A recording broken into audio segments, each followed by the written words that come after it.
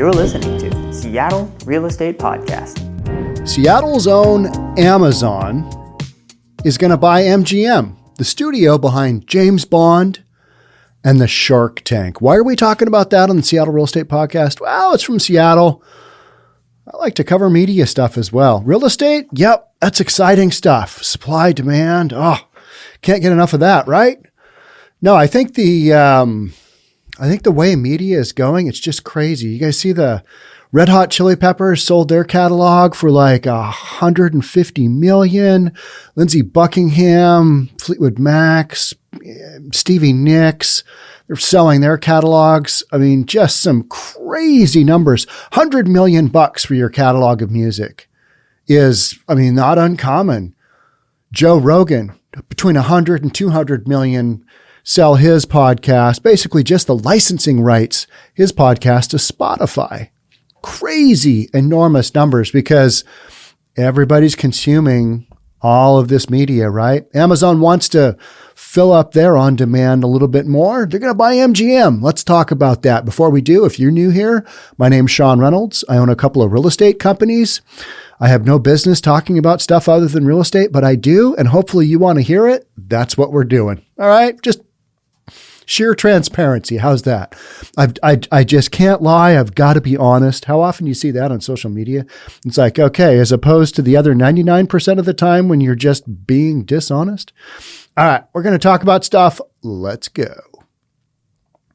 Online shopping giant Amazon is buying MGM, the movie and TV studio behind James Bond, Legally Blonde. Okay, James Bond and Shark Tank I get, but Legally Blonde, was that such a big deal that you identify the entire studio by that? I know it was, I think Reese Witherspoon, right? And it was a good show, a good movie, but really? In the title? All right, so James Bond, Legally Blonde, and Shark Tank with the hopes of filling its video streaming service with more stuff to watch. What do you watch on Amazon Prime? I watch a lot of UFO stuff because most of it is not believable and it's not plausible. In the first minute or so, you're like, oh, okay, I'm going to watch this, but knowing that this has probably just gone down one of those, those conspiracy theory sidelines where you're like, okay, I wish I could believe this, but no. There's some good stuff on Amazon. I enjoy watching it, but I probably watch way more Netflix. I watch way more YouTube, just original content from small providers, because that's the funny stuff. That's the stuff like, oh, look at how bad that is, or look at how creative that is. Whereas these big studios, James Bond, yeah, cool. Legally Blonde, all right, cute movie. Shark Tank, okay, some good business ideas. But I run a couple of businesses. I don't necessarily want to do the Shark Tank thing. It's, that is an exciting new widget, whatever you got going there. Amazon is paying $8.45 billion with the B. These numbers are crazy for entertainment. So you're basically paying for the rights for future product, right? And in the case of music, you are paying today for the rights to that income stream over who knows how many years. And if you notice the age of the artists that are selling their catalogs, they're not young people, right? They're not young people. They're people cashing out saying, all right, I am 70 years old. In the case of the Red Hot Chili Peppers, mid to late 50s. If I can make $100 million total for the band, split it up, whatever, how many ways, we each come out of it at $20 million. All right, that's a good run. We can probably, make that go. And they still can make current music, go on tour. That's where they make their big money because nobody sells any records anymore, right? There's no albums being sold, really. It's all digital downloads and this craziness. I think Metallica was right on Napster, weren't they? They were right. Yeah, nobody wants to talk about that. But Amazon's paying $8.45 billion for MGM, making it the company's second largest acquisition after it bought grocer Whole Foods for nearly $14 billion in 2017. $14 billion for Whole Foods. I do go into Whole Foods every now and then, but man, I could not imagine shopping there because it's literally a whole paycheck, right? It is so expensive. You're like, okay, is that really worth twice what I pay at Safeway or QFC or wherever I buy groceries, Costco. I do the big shopping run at Costco. The other more smaller amounts of stuff that isn't going to keep, do that at a regular grocery store. Stuff you can't find at Costco because it's a 13 pack of 45 different flavors. Yeah, shopping is tough, isn't it? The deal is the latest in the media industry that's aimed at boosting streaming services to compete against Netflix, Disney Plus, AT&T, and Discovery. Have you tried to figure out your cable package lately?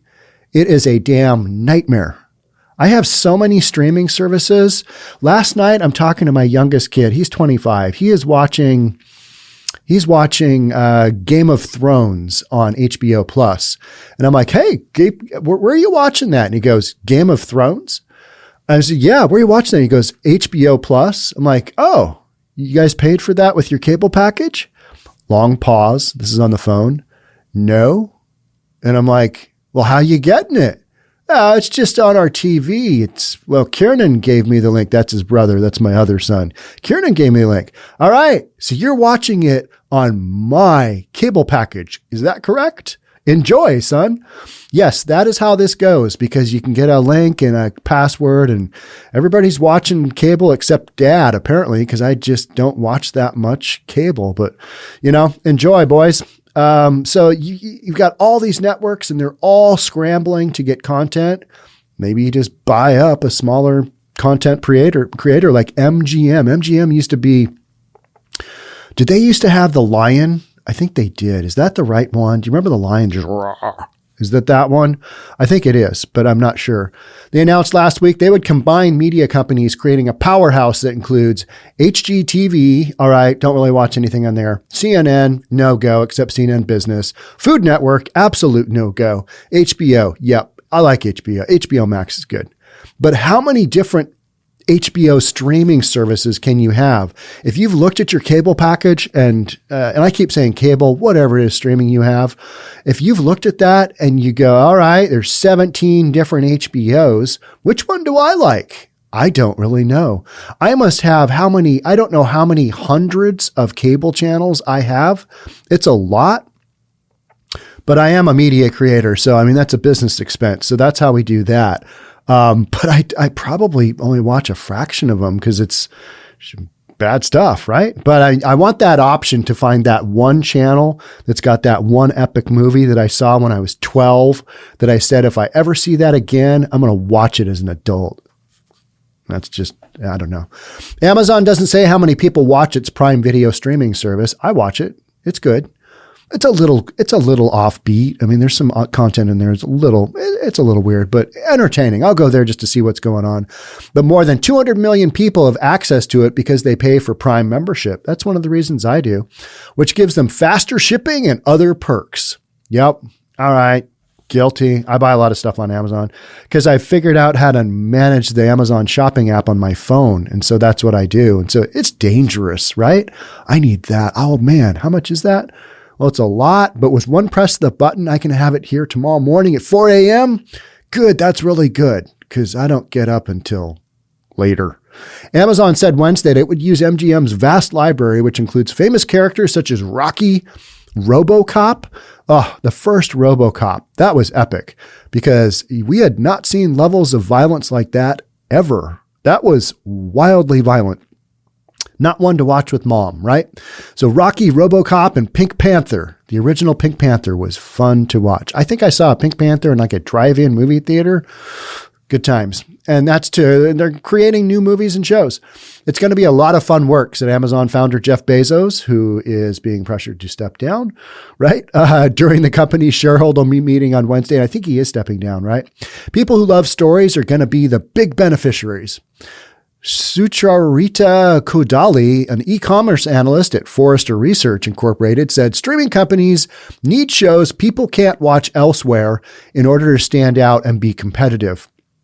Another network that I watch a lot with my girlfriend is Hulu network. Hulu, who knew?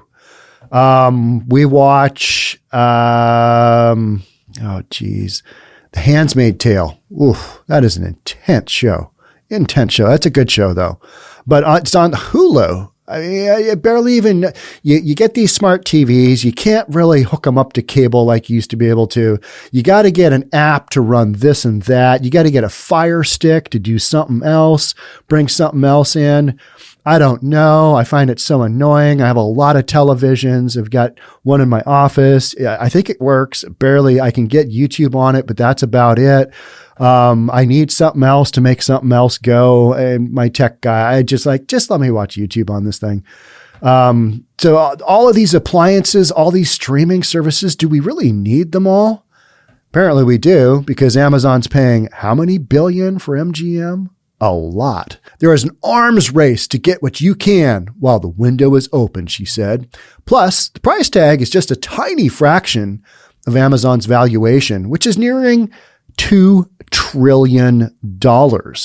A company that sells stuff over the interweb worth $2 trillion. They've got their tentacles into everything, don't they? Everything.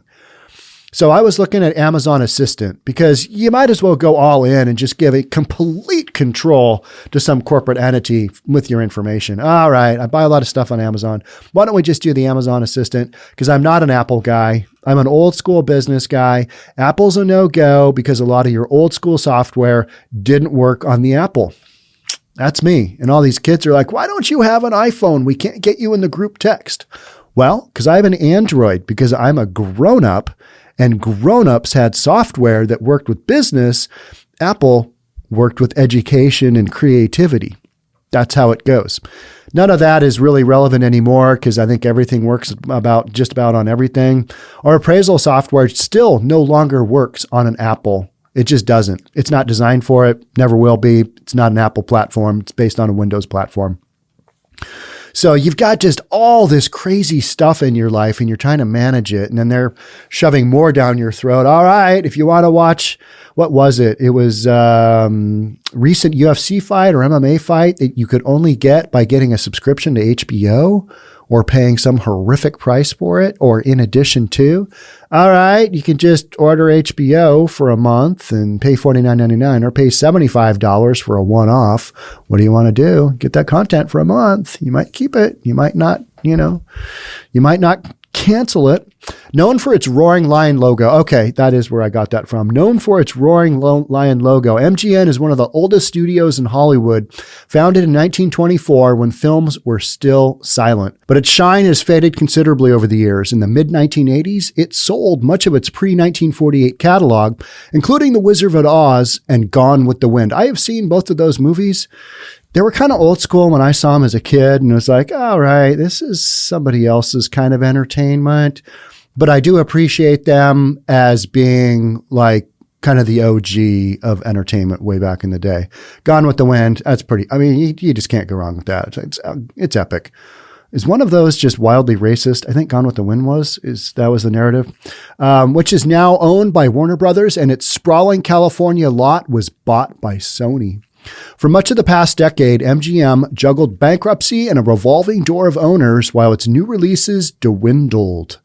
Long up for sale, MGM's desirability was lessened, not just because of its partially auctioned off library, but because its prized property, James Bond, isn't owned outright. MGM splits ownership off with Barbara Broccoli and Michael G. Wilson, who have ultimate control over the franchise. The release of the latest James Bond entry, No Time to Die, has been on hold throughout the pandemic with a fall release now planned. I've seen all the James Bond movies. I think they're good. I think like Goldfinger. Back in the day, I really liked Roger Moore. I thought he was just so smooth. Sean Connery, you can't go wrong with Sean Connery. That guy's a man's man, right? I mean, that guy's just tough and just keeps going. He was so good. So was Roger Moore. Just cool. And then after that, I kind of lost interest because it's like, okay, those guys are epic. Anybody else that comes after, not so much. I'm not buying it. You can't be James Bond. You're not James Bond. You're a wannabe. And other upcoming movies include Paul Thomas Anderson's next film, Soggy Bottom. I don't know much about that. Starring Bradley Cooper. All right, I'm a Bradley Cooper fan. Ridley Scott's House of Gucci. That's going to be a good one. Gotta love Ridley Scott. Lady Gaga and Adam Driver. Lady Gaga, entertainer, half crazy. Adam Driver off of, he's an entertaining actor. Trying to think. Girls, is that the name of the show? Adam Driver. And the upcoming Aretha Franklin biopic, Respect. I would enjoy watching that with Jennifer Hudson. Its library still includes more than 4,000 movies, including Silence of the Lambs. Oh, that was a tough show, right? And Thelma and Louise, Brad Pitt back in the day, Susan Sarandon, and 17,000 TV shows. Literally 17,000 TV shows, such as reality TV staples, Shark Tank, and The Real Housewives of Beverly Hills. I can't watch any of The Real Housewives anything. No can do. No can do. Horrible entertainment. But other people think it's great. So if that's what they want to do, okay. Amazon will also get cable channel Epix out of the deal. I've probably watched one show on Epix because I did one of those searches where, damn it, I can't find the one show I want to watch anywhere. What do? And you do that general search and you come up with some network named Epix. All right, get it here for $2.99. Let's do it. Let's tee it up. Click. All right. So many forms of entertainment out there. What happened to just channel 4, 5, 7, and 13? What happened to that? It's long gone.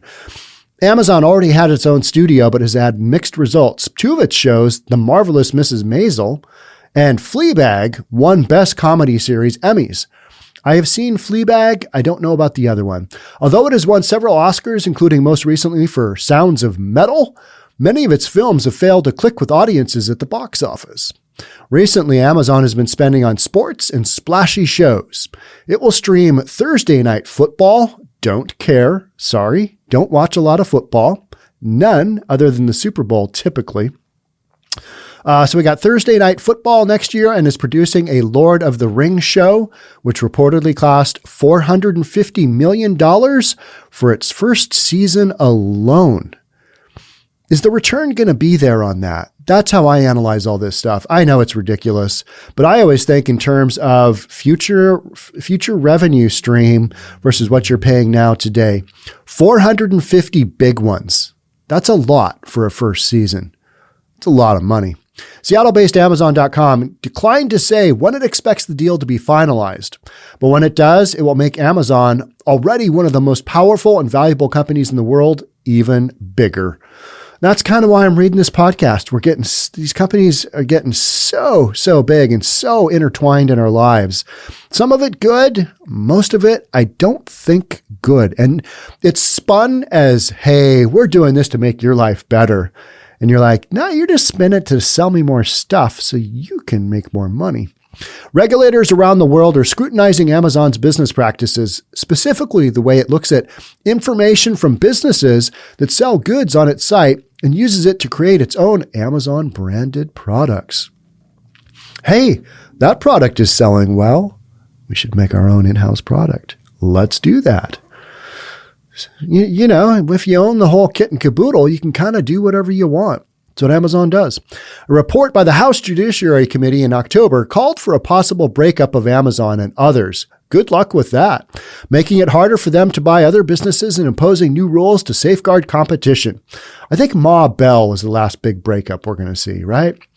And the deal came a day after the company was hit with an antitrust lawsuit by the District of Columbia, accusing Amazon of creating policies that make its sellers unable to offer lower prices for their products outside of Amazon.com, pushing up prices for consumers. Is that really happening? Probably. Wouldn't surprise me. I don't really know is the answer. On Wednesday, some lawmakers urged regulators to scrutinize the MGM deal closely. We need to take a close look at this. What is there to look at? What is there to look at? It's a catalog of films, videos, right? I don't know. They're just getting on Amazon because Amazon's too big. Too big to fail. This is a major acquisition that has the potential to impact millions of consumers.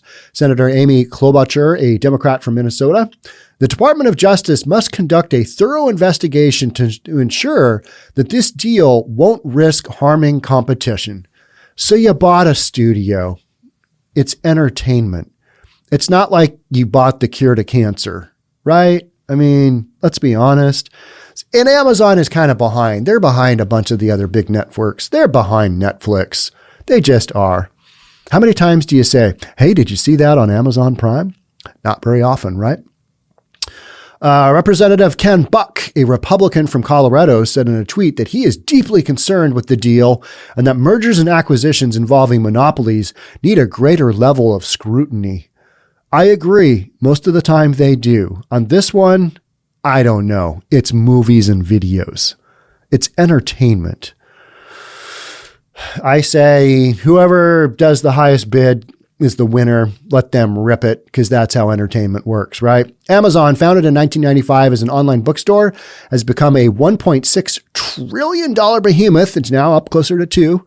That does a little bit of everything. It has a delivery business network that gets orders to people in 2 days or sooner, sells inhalers and insulin, has a cloud computing business that powers the apps of Netflix and McDonald's. And it plans to send more than 3,200 satellites into space to beam internet service to Earth.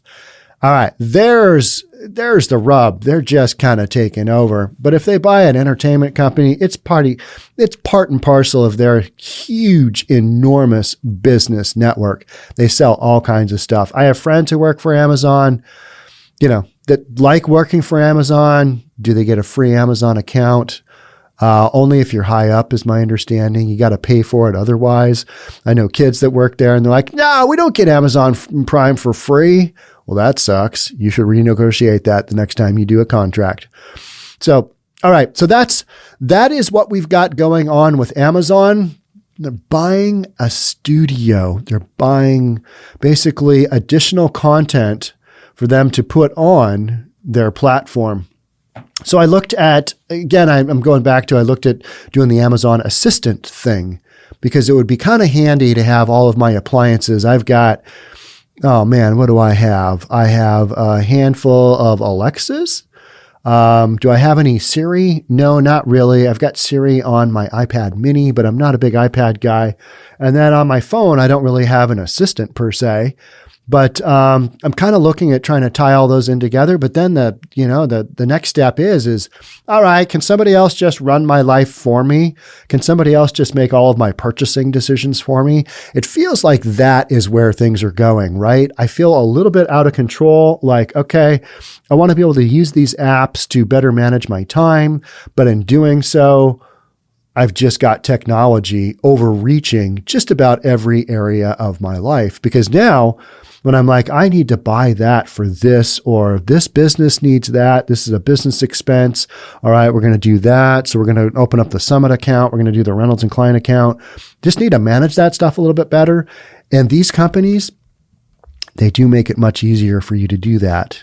And then they get their evil little tentacles into your life and you can't get out of them, because holy smokes, on TV, I'm just watching this network now because they've got the best stuff. That's kind of what we're talking about, aren't we? So it's a race. It's literally an arms race. When I hear arms race, I always think of the Cold War, Ronald Reagan, the Cold War. That's kind of what I think of. And it's like we were taught to not like the Soviet Union, to not like Russia because they were the bad, evil enemy. Plus, Rocky was always fighting the big Russian. And we know how that ended up. USA. Go USA. All right. So go Amazon. I don't know. But they're buying MGM Studios. So if you're a big fan of James Bond, Legally Blonde, or the Shark Tank, you're going to be able to watch it right on Amazon Prime. I know that makes you happy. And so go buy some stuff. Go, buy some stuff that gets to your house by 4 a.m. because everybody needs that in their life, right? No. I do like buying stuff and having it there overnight that otherwise I'd be scrambling around at a store. But it almost makes it too easy, doesn't it?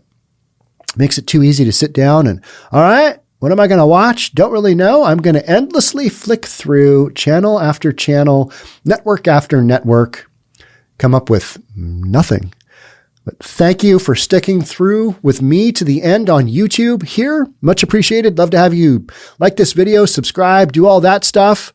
I got another couple of podcasts to record. I'm going to go do those for now. I'm going to go, that stuff, right? All right. Thanks for being here. Thanks for being part of the Seattle Real Estate Podcast. I'll see you soon. Until then, stay safe. We'll catch up soon. Bye for now.